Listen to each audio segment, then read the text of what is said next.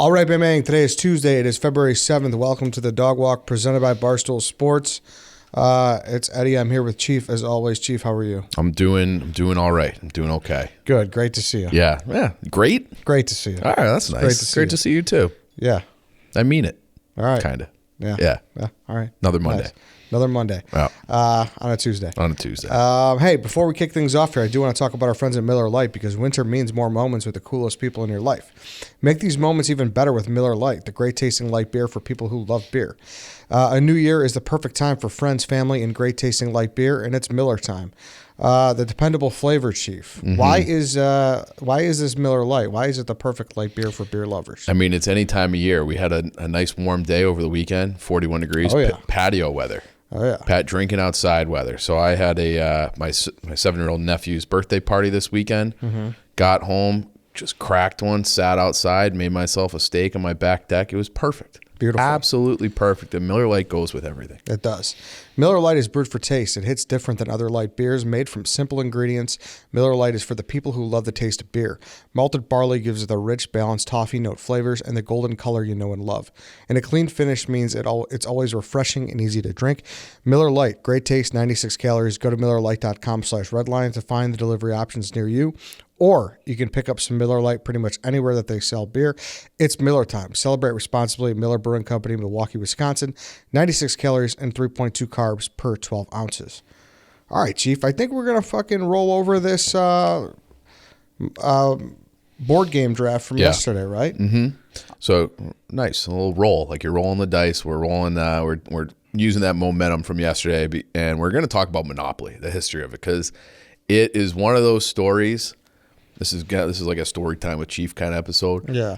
That just makes me laugh. Mm-hmm. It just makes me laugh. Like it's like kind of a sad story depending on like what side you're on, but like the way it plays out is just like too perfect. Yeah. So. Well, I was talking to you about this. I was like, hey, I love that program. What channel is that? On the History Channel? Yeah, it's like it's a long series, but it's I think it started as like an offshoot of like the men that built America, and it was like all the titans of industry, and then they got into like the food that made us, the movies that made us, and it's like all these different stories on the History Channel, different industries about, so it'd be like like General Mills versus, another big cereal company. That thing's awesome. It's great. It's and all the, they do like the cheesy little reenactments, but it'd be like Ford versus Chevy and like, and they kind of go through the whole history of all these different industries and these people that made them. It's a fascinating series.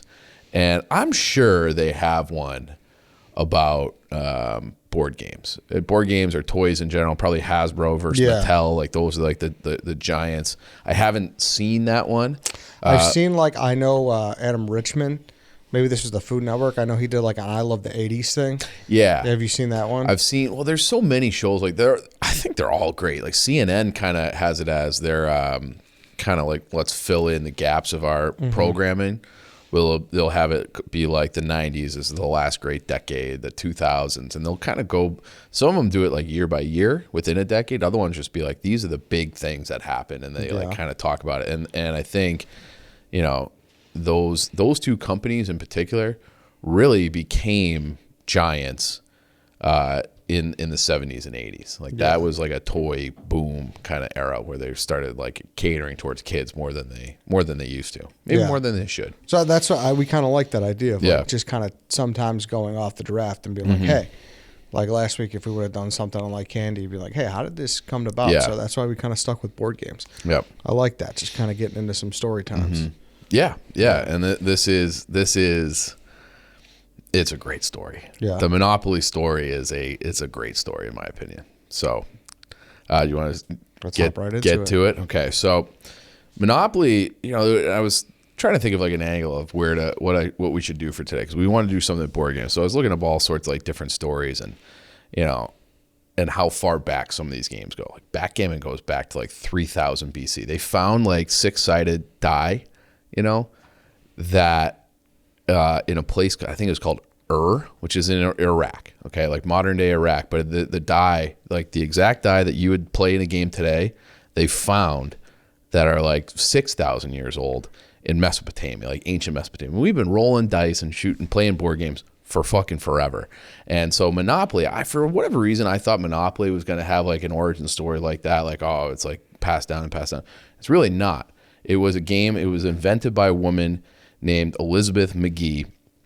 And she filed a patent for the game. That's going to be important to this story later. In 1903, it was granted in 1904. And she grew up kind of in like that industrial revolution, like the Gilded Age, like late 1890s, that kind of time, where it's all about like Vanderbilt and Rockefeller and urbanization and all those, the Carnegie, the titans of industry were making like a gazillion dollars, and we've talked about those powerful people that came out of that now, related to like the Illuminati and stuff like that. But those people, and she was like a feminist, and I would say that she had a pretty strong streak of, and this is like I think it's an important distinction. She wasn't a communist, but she was like anti-capitalist in the way that America was doing it at that time. And so she came across this guy named Henry George. And Henry George was someone who was always trying to make it big and never really could. Okay, so he was from Philly. He went across the country to California, part of the gold rush, like go west, young man, go west. And he ended up basically broke and felt like he was squashed by like just the machine of capitalism, where he was like paying high rent but couldn't get out of, so he was paying too much rent, so he couldn't really like explore some of these other ideas, and he was just getting squashed, and he ended up basically penniless and broke with like a wife and a young family. And he was like, what the fuck, like this, like no one really has a chance. That was his proclamation. So he's a very smart guy, and he ended up writing a book and became a best-selling author on this book. So this guy was penniless, wrote a book about how hard it is. He called it Progress and Poverty. And he proposed this system where get rid of every tax except for one. It's going to be property tax. And property tax is going to be massive. And the idea would be, if Carnegie and all these, like the uber wealthy, this is the guy who coined the phrase the 1%. Okay, so remember that we had the whole thing in like 2007 or 2008. After, I think that's when they had like the Occupy Wall Street was around then too, right? 2009 maybe, and they was like, oh, the 1%, the 1%. Well, that came from Henry George 100 years earlier, and so Henry George coined that phrase. Best-selling author, proposed this property tax. It was basically like, if you want to own everything, like you want to own the entire city of New York, well, you're going to be taxed out your ass for it. And the idea would be that it would be such a disincentive to the 1% to own all this land that would make buying land more, might be smaller plots, obviously, more accessible to people of the lower and middle class, because then they're just buying one house or one factory, one something, and they're not getting taxed on that land, but they own it, so they're real estate owners. And then when they go to sell it, that's how you make money. And that's still the case today. They say that's like one of the big problems with like inner cities and these poverty-stricken areas, is that you're just paying rent your entire life. And the best way to quote unquote accumulate wealth is to invest in property, and then you get a big return over time, or even when you die, that is like a nest egg for your children, that they can take a big cash thing and put that towards their own property, etc. And that was like this guy's dream. Okay, it was like, there's too few people owning basically everything. We need to come up with a way to stop that. This was his plan. Our girl, Elizabeth McGee, loved that idea. Okay, so she was like, this is a great idea. And even though it's a best-selling book, his ideas are still sort of like hard to interpret and explain to young children. So she came up with a board game that would kind of illustrate and put these ideas of his into practice. And she called it the Landlord's game. And that was what she filed as a patent in 1904. Okay. And this is like, these are ideas that are really kind of taking root in the country, to the point that that guy, Henry George, almost got elected mayor in New York City in like early 1900s. And so she creates this game to further basically explain and expand his philosophy. And she's like, I'm going to put out 2 sets of rules. One set was capitalist, and the other set was anti-capitalist. So the anti-capitalist game was that every time someone bought, and if you look up her game, the Landlord's game, and Harry can put this in a social clip or something, the board looks like basically like exactly like Monopoly. Okay, so she invented this game, and the Monopoly game, or their anti-capitalist rules rather, was anytime you bought a piece of property, everybody who was playing got rewarded. Everybody got a little bit of cash. So you bought it, but the whole board buys cash. So it's like, oh yeah, we all get congratulations on buying something. We all benefit. And then the other set was designed to illustrate how dangerous and how corrupt and bad the capitalist system was.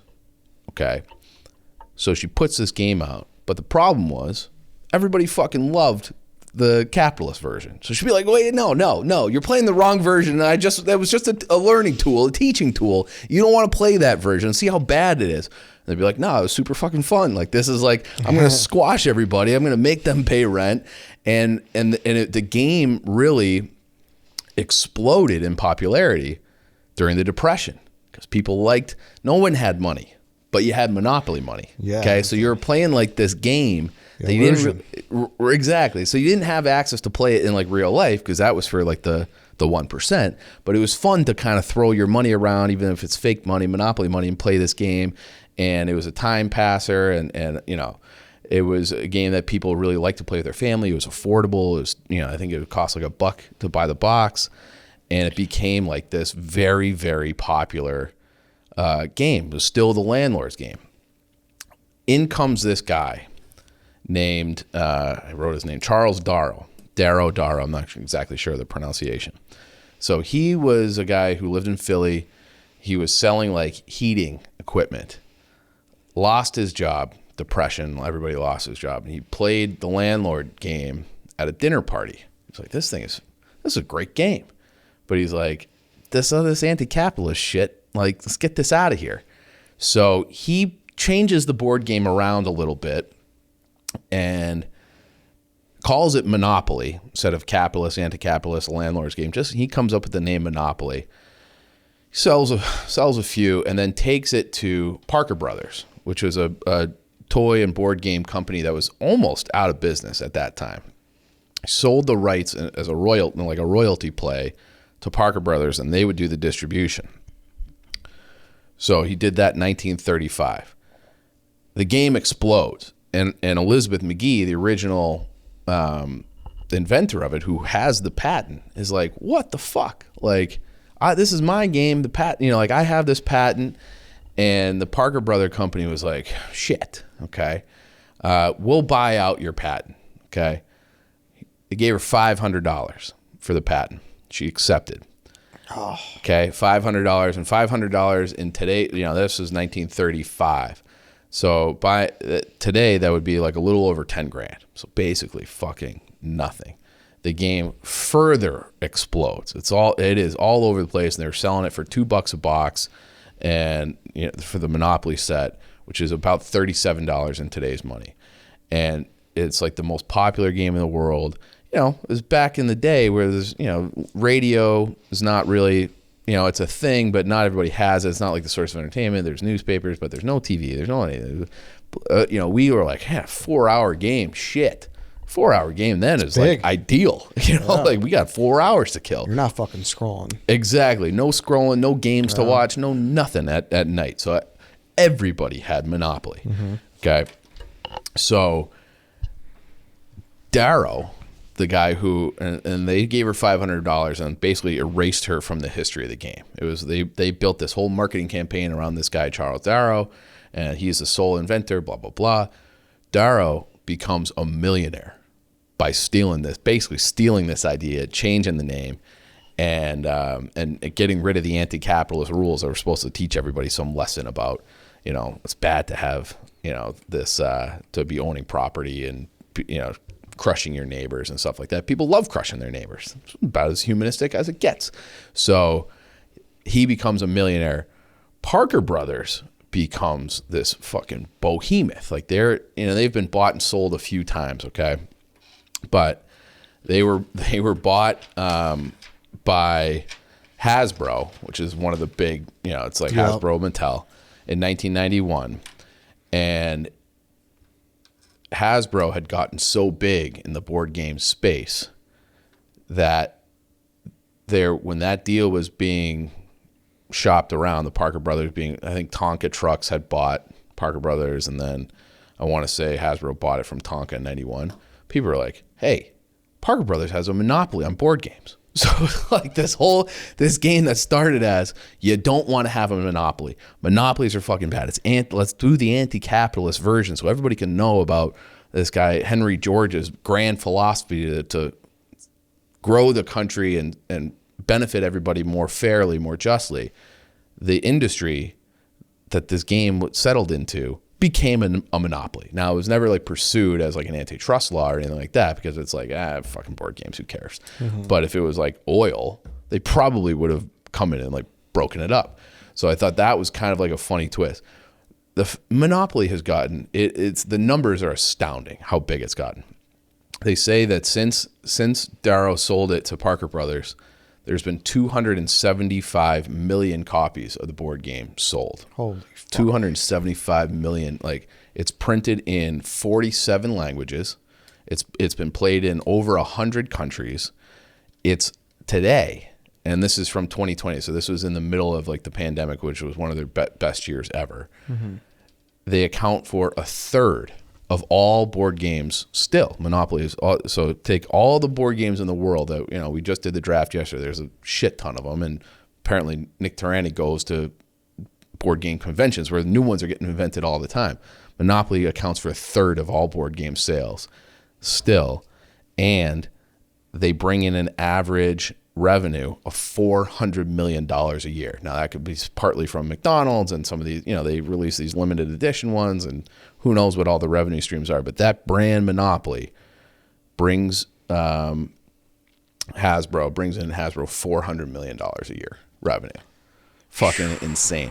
Which they have like no overhead, because you don't have to change shit unless it's not like you just crank out cardboard and some fucking fake money. Time out though. Is that just the original board, or are you talking like I said the NFL one, or like all of them? So they do like the licensing deals with other ones. So my nephew got a bunch of board games for his birthday yesterday, mm-hmm. and he's like obsessed with football, so he got like the NFL, the football version of Monopoly. Yeah. So, and then they got Monopoly Junior. They got everything. Yeah. Star Wars was like, they reference that was huge for them, and they've done it with Marvel. They've done it with anything you could think of. I got sent one by the creators of Yellowstone. There's like a Yellowstone Monopoly board that I haven't opened it, but I have it. And so like any kind of anything you could think of, there's probably a corresponding Monopoly game. I'm sure it's got everything. So, yeah, they've done such a good job of making it just a piece collector's of item. Piece of memorabilia, where it's like if you are like a diehard fan of whatever, Harry Potter, Star Wars, whatever, like you want those next to the action figures. Like that's just as cool a piece as, if you got that Ghostbusters, mm-hmm. you got Slimer, you got the Ecto Cooler, you got the Monopoly board right next to it. Past the Death Star, collect $200. Yeah, exactly. So, and that is like a way where it's like, hey, like if we've sold 275 million copies, how do we get somebody who already, no one needs two Monopoly boards. Yeah. How do we get somebody who already owns Monopoly board to buy another one? Well, just put a different, instead of a top hat, you're driving a football helmet. And what's great about those too, a lot of people buy two. One to display, one to play. That too. So they've kind of cracked the code, and they have a monopoly on this board game. So it is just it's so funny to me that this woman was like this altruistic. We have to change. This is wrong. This is corrupt. We'll create a game that teaches people how wrong it is. And then everyone's like, we love the other version. We love it. Here, I'll splash this $500 bill around that's made out of the flimsiest paper of all time. Yeah. And here you go. We'll splash it, and you just buy and trade, and like, hey, it's bad to charge that guy all that much rent. Yeah, but it's awesome. So and it's fun. Man. And that is and they built an empire on her idea, stole it from her to the point she got $10,000 in today's money. $10,000 doesn't get you. You might be able to get some shitty apartment with $10,000 as a down payment. Damn, dude. So, yeah. Crazy. Every time someone buys Boardwalk, her grave must just rumble. Oh, she's got to be devastated. That's just brutal. Yeah, and like if you look at the original board, I'll have to pull it up here again, but it has things like, oh, you're buying, bread and like these necessities. It was like really teaching you about like budgeting and like how you get squashed and how like if you own everything, then nobody can afford anything and the economy crumbles. And at the end, and then in the end, it was just not enough. So that was it. That was all she wrote. I just clicked on it by accident. You can still, I'm sure it's owned by Hasbro still, but you can buy the original 1904 Monopoly, the Landlord's game, for $15 on Amazon. Oh, really? Yeah. And they have like, they don't have, it doesn't say like Park Place, right, or Boardwalk. It just says luxury for $50, and you can rent it for $5 or buy it for $50. And that is, they have all these, so it's like a little slightly different, but it's the same. It's the same game. See, bad beats, man. It's tough. Like this is like you wonder how many of these businesses were just born out of opportunity like this, and how many people don't have the original idea of who.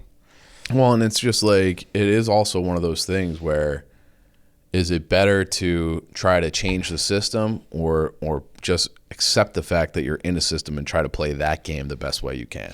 Yeah. And this Charles Darrow played it better than, Elizabeth McGee. Sure. He just played it like he's kind of scummy, okay? But he played the game. He played the game by the set of rules out in front of him better than she did. Yeah. And he ended up a millionaire, and Hasbro's still bringing in a shit ton of money. Hasbro they did nothing wrong. They just gobbled it up. Like that happens all the time. Yeah. Like whatever. You right. know what I mean? Yeah. But the guy before that, like you said, Charles Darrow, out of work guy. Fuck, I got to think of something. This is a good idea. Trying to feed my family, see if I can come up with, see if I could repackage this idea and make it more popular. And he did. So he played by the rules that were available to him, and he played it magnificently. And like, she probably never gets it this far. No way. No, because she didn't want to. She didn't want to.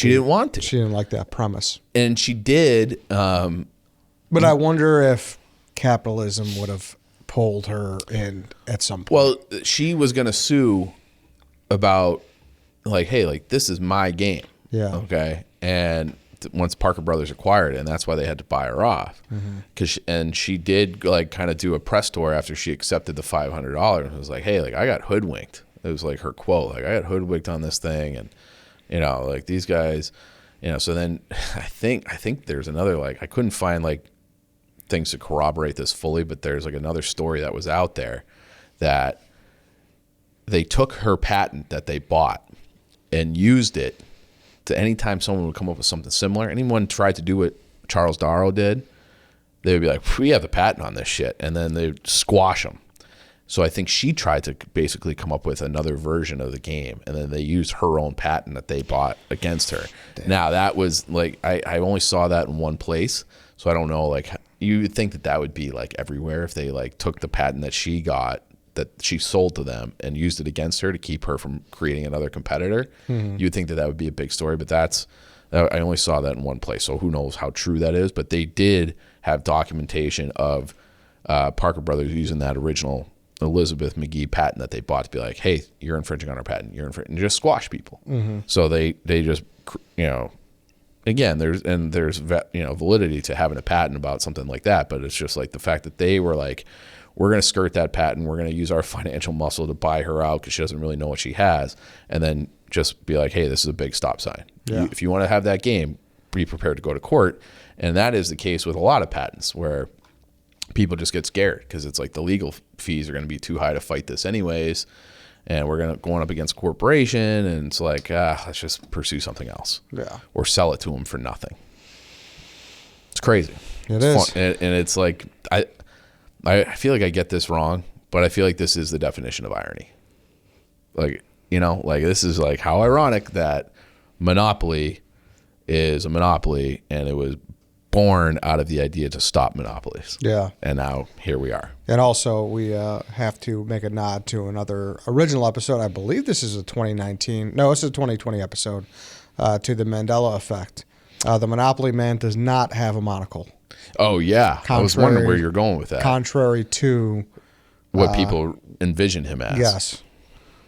He does not have a monocle. So. Well, now I'm trying to pull him up again. Yeah, he doesn't. But he should. He should, yeah. He should. Yeah. All right then, Chief.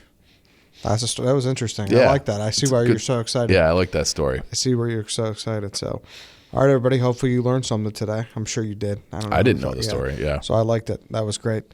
Thanks everybody for listening. That's it for today. We'll be back tomorrow. We will see you then.